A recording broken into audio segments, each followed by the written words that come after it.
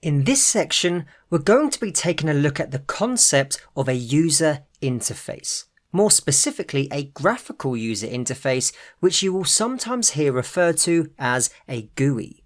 Now, a GUI is nothing other than an interface which a user will use in order to interact with a program.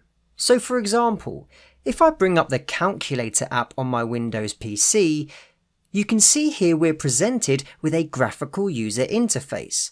We've got some buttons here we can click, we have the numbers appear in this box here when we press on the specific buttons in the app, and when we perform a calculation, all of the logic is handled behind the scenes which a user won't see. But the experience of using this simple calculator and the interface that's been designed makes it so much easier for users to use the calculator. So a GUI is a form of interface which allows a user to interact with a computer through visual indicators, such as drop-down menus, icons, buttons, whatever you decide to provide your user in your program. Now obviously this has a lot of advantages over the command line interface that we've been using in the course so far. So we've been opening up Anaconda prompt and executing our programs, and on occasions we've been asking for input from the user for them to be able to interact with the program accordingly. But by providing this logic in a user interface, it makes the experience a lot more enjoyable for a user. So how can we create a user interface?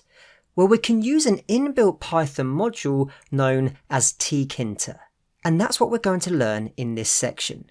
We're going to learn how to create user interfaces using the Tkinter module. Now, Tkinter is one of the most commonly used modules for creating these GUI applications in Python, as it's just a very simple library to work with. It also comes shipped with Python already, so you don't have to install Tkinter separately. Now, there are some other Python libraries available which you can use to create GUIs, such as WXPython and PythonQt, but Tkinter is certainly the most widely used out of the lot. Now, the structure of a Tkinter app is very simple, and you'll see this very shortly.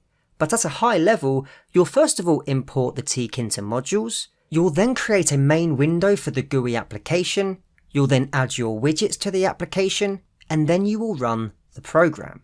So unsurprisingly, one of the most important features that we're going to be learning about in this section is the use of widgets.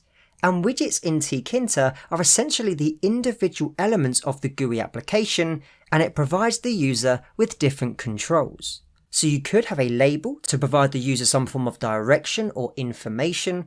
You could have some buttons that a user can click on that will then execute a specific function that you've designed.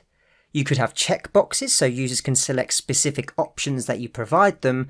You could have menu bars, you can have radio buttons, and so much more. Now, it goes without saying that what you select as the widgets to put into your program will obviously depend on the program that you're designing, but we'll be going through some of the most common widgets that are used throughout this section. In the next video, we're going to dive straight into creating our first GUI app.